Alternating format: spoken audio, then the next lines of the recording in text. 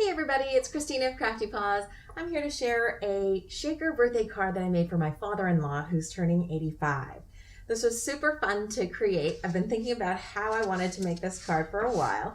It's a shaker card, it's a dimensional card, and it's a puppy card. So all things that I really enjoy. So let me first share with you guys all the products that I use, and then I'm gonna attach a process video. First of all, I use this Greeting Farm layer cake stamp set, and I think this is so much fun to use. You can, add as many or as little of these cake components as you want.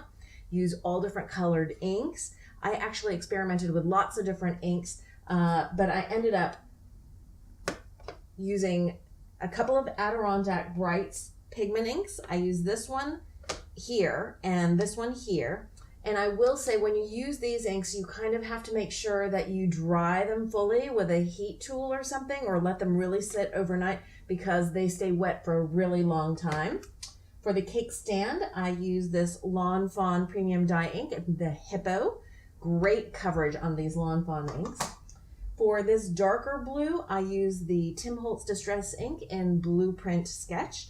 And this has lighter coverage, but with a stamping tool, I just stamped it multiple times. And actually, I stamped these 3 segments of the cake multiple times so that I could fussy cut them out and add a little bit of dimension to the card as well. So the card is recessed insofar as I created little shaker pockets for little hearts here, metal hearts, and then for the red seed beads, I've also tossed in some chunky glitter, silver glitter in this little shaker window. And then, because my father-in-law also likes little dogs like I do, I took some Doodlebug paper. It's from the Puppy Love collection, and I used it on a card a little whiles back, and these little cute puppies are so adorable. So I painstakingly fussy cut them out and added them here to decorate the cake. And then inside, I just stamped out Happy Birthday Dad, which is from the Greeting Farm I Love Dad stamp set. It's that sentiment right there. And then I had a little scrap of puppy paw print paper in this red color, which I thought was a nice way to continue on the red from the front of the card. And then this little frame actually is a Pretty Pink Posh Scallop Frames die, and I actually cut that out of a scrap of watercolor paper because I wanted to make sure that it would really absorb this Adirondack Brights watermelon pigment ink and perfectly coordinate with this layer of the cake. Oh, and this light blue, I actually use this Artnik. This is a Sukaneko stamp ink pad set that I've had, gosh, for at least, I want to say 3 years or so, maybe 4. And they're just really pale pastels, but I wanted a lighter baby blue to kind of coordinate but not be super close to these other 2 blues. And I ended up using this red, white, and blue color scheme because I just thought it's very masculine, strong, and I had kind of the 4th of July in the back of my mind as well. So this is my shaker card. I hope you guys enjoyed the process video. So I'm taking the Greeting Farm layer cake stamp set, and I'm first stamping out the cake stand. And I'm centering it on my card front, and I'm using my palm there for a second just to pre-prep my stamp because it's a new to me stamp. And I'm using a Lawn Fawn Premium Dye ink to stamp that out. And with one stamping, it came out really great. So I'm becoming a huge fan of those Lawn Fawn inks. For the first layer of the cake, the second piece of the stamp set, I'm using a Adirondack Brights watermelon ink. And as you can see, the coverage is not quite as complete, but stamping it a couple of times really gives pretty good coverage. But I'm using my heat tool here to make sure it's really dry because those Adirondack premium dye inks stay wet for a really long time, and I didn't want it to smear. For the next stamp, I am using a pale pink. This is an Altenews stamp, ink, and it's really very sheer. It's for one of those layering stamp sets, so I'm having to stamp this out a few times just to get enough coverage. I end up fussy cutting this section of the cake out, but at this point I wasn't sure what I was planning on doing, so I wanted to stamp every layer of the cake fully. This next layer of the cake I want to do with this Adirondack sailboat blue, and this is a beautiful kind of cornflower or periwinkle blue, and as you can see I'm having to stamp it out twice just to get good coverage. And I also find that with these Adirondack inks, not only do you have to dry them, but when you do dry them, the ink kind of spreads a little bit, so the coverage gets better as it dries. This next layer of the cake, I am stamping out a very pale blue. This is an old ink that I've had. It's actually really good for stencil work, but I'm using a finger dauber to get the ink from the little ink cube onto the stamp, and then I'm stamping it out repeatedly onto my card front.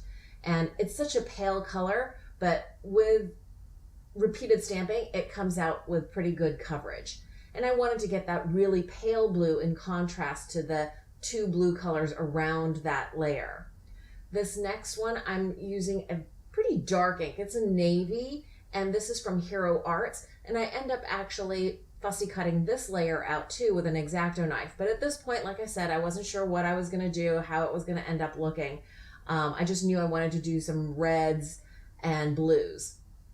Now I am using a Tim Holtz Distress ink in Blueprint Sketch, and I really like the color of this blue, but a lot of those distress inks have kind of more mottled coverage. But again, with a stamping tool, you can get full coverage with almost any ink, I find. I'm taking my X-Acto knife, and I've decided that that dark blue, that navy, is too dark. It contrasts too much, I think.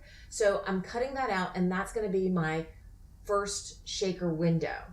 I also decide that the pale pink is too pale. So I am fussy cutting that layer out also with my X-Acto knife. I'm just taking my time, kind of making sure I round the corners and really get a good clean edge with that X-Acto blade. Now I'm taking some little plastic sheets. This is a scrap left over from a Project Life pocket page, and I'm using glossy accents to glue that down. And I find glossy accents is great to glue down these non-porous surfaces like plastic. Now I'm taking some double-sided foam adhesive to create kind of the layer where the shaker pieces are going to be fitting in these little open windows. And I'm going to do 2 layers so that there's enough depth for the shaker pieces to move around freely. And as you can see, I'm splitting this double-sided foam adhesive down the middle so that I get kind of thinner pieces. This double-sided foam adhesive was really inexpensive. I think I picked it up at the Scrapbook Expo last year, and for 2 rolls plus a whole bunch of sheets of foam dots, I think it was $1. So I don't mind using it for creating shaker pockets like this, even though I have to use double layering like this. And oh, I realized that I wanted to put the frame around the card front first before I put the foam adhesive on the back side. And so I have pre-prepped that scalloped frame, which is a pretty pink Posh dye. And I'm just using some wet glue, getting just to the edge of that card front so that I can make sure that that scalloped frame fits nicely around that card front. And I wanted to do that so that I could make sure that I didn't get the foam adhesive stuck too far out on the card front so that it wouldn't stick out. I just wanted to make sure of that before putting those edge pieces of double-sided foam adhesive onto the back of this card front. And as you can see, I'm taking my time to do that double layering again because I want the whole card front to be on the same plane as the shaker windows. So there, I am prepping the shaker window edges. That double-sided foam adhesive is sticky, and I don't want my shaker pieces sticking to that. So I'm using my embossing tool, my powder tool, and just putting that along the edges of that foam adhesive in those shaker windows. The bottom shaker window, I have red seed beads, and the top one, I have little metal hearts that I had picked up at Tuesday morning as shaker fill. And I'm putting the card base onto that card front so that I don't, jostle the shaker pieces too much. Now I decided I want a little bit more interest on that card front, so I'm gonna go ahead and stamp out some of those cake layers again on some scrap paper. And you see me doing the red layer here, and that's really hard to get good coverage. So you see me stamping that out 3 times. And basically what I'm doing is I'm gonna fussy cut out these extra layers and pop them up on foam dots so that they have a little bit of layering. So this card actually has kind of a recessed layer for the pockets, the shaker pockets, the card front, which is the base layer, and then a layer that's kind of popped up. So it's kind of a 3-dimensional layered card. And I really like how that came out. It really brings a lot of interest to what would otherwise, I think, look more like a very simple card. I'm putting the Stampin' Up! Dimensionals, which are super thin foam dots, because ultimately I am going to have to put this through the mail. So I'm hoping that it's not 2-dimensional to go through the U.S. Postal Service. Now for the inside liner card, I'm just stamping out Happy Birthday Dad, and that's from the Greeting Farm I Love Dad stamp set. And I also found in my scrap box this pattern paper of paw prints in red, which I thought coordinated really nicely with the card front design. And so I'm just putting a little strip of that onto that card liner.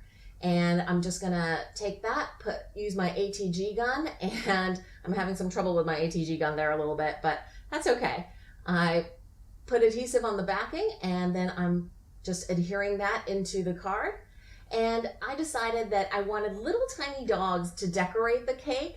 And so I painstakingly fussy cut out little tiny dogs from a Doodlebug Designs paper. It's a pattern paper from their Puppy Love collection, and I'm just gluing those in place. I hope you enjoyed this process video. If you did, please give it a thumbs up. And thank you so much for watching. I hope you guys are having a wonderful crafty day.